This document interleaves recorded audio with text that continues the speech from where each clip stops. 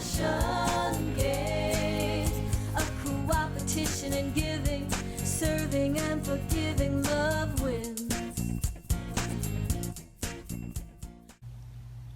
Okay, we're here with David Breaux, who is finishing his Compassion Tour. Seattle is the 14th city that he's journeyed to in the last year, after spending 6 years on the corner of 3rd and C Street in Davis, California.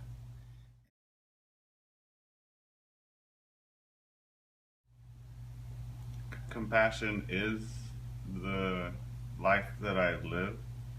I ask people to share their concept of compassion in a notebook, and it is something I believe is a virtue and a value that is one of the, if not the main component that can help heal some of the woes that are going on in the world. It's important because of the energy that it brings into individual lives and the lives of people collectively.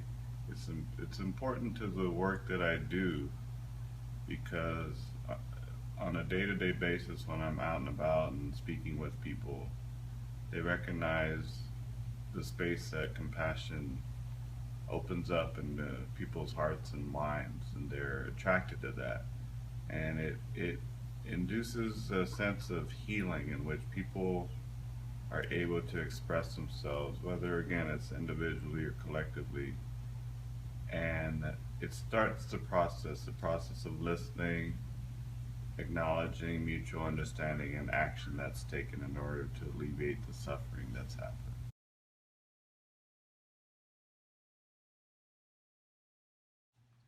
Playing and supporting the compassion games is an excellent idea because when you're playing the games, when you're actually playing the games, you are participating in a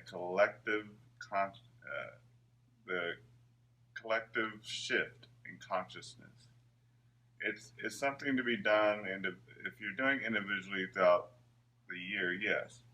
If there's a span where there's hundreds of thousands, if not millions of people doing everything at once, then that's when there's this synchronized collective shift in which there's the thoughts, the actions that are all geared towards compassion. That's why it's important to do it all at once rather than in individual sectors. Individual sectors works when there's a collective embracing all at once. That's when it shifts, and that's the participation point. And the support of the compassion games, that means that your heart's in it. Your actual heart and your mind and your body is actually supporting what's happening rather than thinking about it, rather than saying, yes, I support it. But how do you support it? Do you support it with simply thinking about it? Or are you supporting it actively? Are you actively supporting it? And that's the thing about the games. You are actively coinciding, supporting something that is tremendously valuable, which is compassion.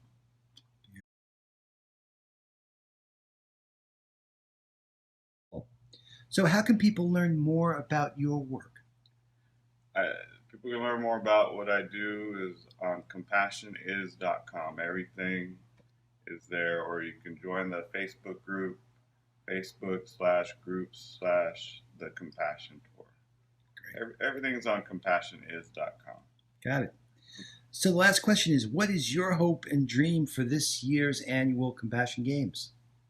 For this year's Compassion Games, I hope that everyone can tune in simultaneously with their hearts, their minds, their body, their soul to loving kindness over the course from September 11th to September 21st, nonstop.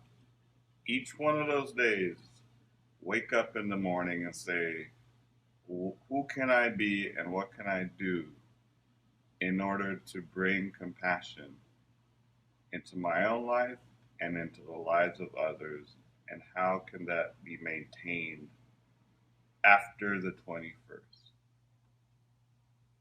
You're a beautiful man, David. Thank you for sharing with us. You're welcome. Passion gate, a competition in giving, serving and forgiving love with.